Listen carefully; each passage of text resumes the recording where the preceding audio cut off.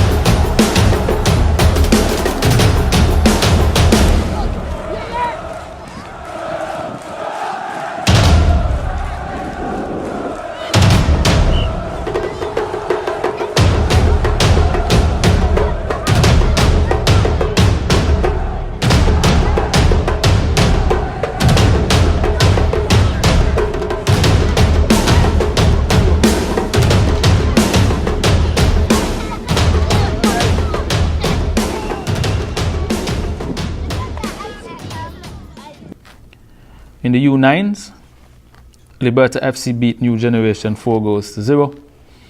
Green Bay FC won 3-0 against Pigot's Bullets.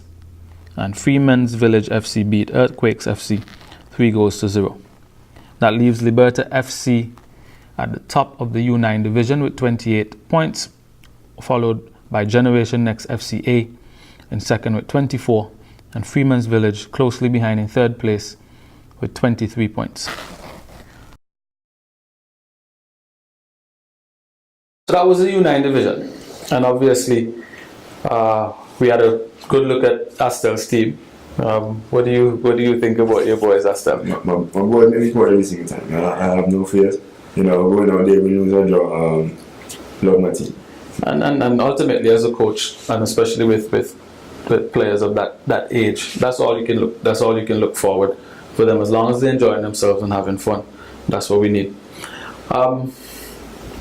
What I want to find out now, what are some of the plans, future plans for your club?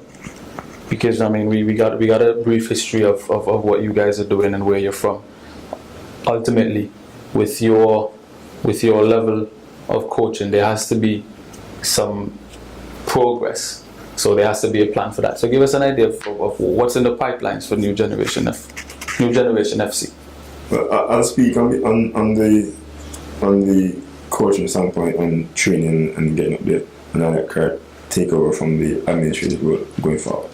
What I want to do is we already, we got different teams, different age groups, so we have different training days, but I want to get to a point where my trainings are structured. They're structured to a point that my teams coming at a certain time, because with younger guys, the timing, And you have to factor in school and all that, we want to get that. Well, at this point now, the report's got to come in before you go out there. I like that. Right, the report's got to come in. Like midterms coming up, end of term, the reports don't come in. Sorry, you can't catch my bus. This is how we do it. I like that. Right, this is how we do from the start. Can't catch my bus. Nobody got to know how your report look. I got to know how your report look. We got this understanding with the parents, and I want to commend them. They'll be helping us out tremendously. We're not heavily sponsored, but we get the job done. We get the job done, and we want to continue doing this great job and bringing kids to our academy so we can continue our good works and possibly take over from June generation. We'll see about that. I'm not so sure Ricky would be so comfortable with that. But that's another thing. We can definitely have to schedule Ricky and have that part of the discussion with him. Maybe we could get you back and have both of you here, and then we could have that settled. So, Kurt, in terms of the future plans outside of playing and training. Well, I must say one of our major goals right now is to locate a sponsor, because kids, they're gonna need jersey, they're gonna need socks, they're gonna need pants, they're gonna need food, and we all know kids eat a lot. Yeah. So it's me and Astel, and with the help of Cleveland Williams, I must mention as well. When we go to the field every Saturday, it costs. It costs for the bus. They're gonna be hungry, and I can't tell the kids them no. So I definitely have to walk with money in my pocket. So just in case they want something, we provide water. We try our best to provide a small meal. We try to tell the parents, hey, put something in their bags that they can eat. And that's one of our major goals right now, is to get a sponsor. So if there's anybody out there listening and would like to sponsor New Generation, you can get in contact with me or the coach or Astel. We had also implemented after class last year. We're gonna try and make that bigger, because books and sports goes together. Have to. So those are basic plans outside coaching and getting the kids better at the game, and that's what we're trying to do at New Generation. And then that's commendable, and that's fantastic stuff, especially the combination of athletics and school, because ultimately if we're grooming not only professional players, because at the end of the day, not everybody's going to be professional, but it's important that you have something that you could always fall back on. What we're going to do now is take a short break, and after we come back, we're going to look at the U11 division.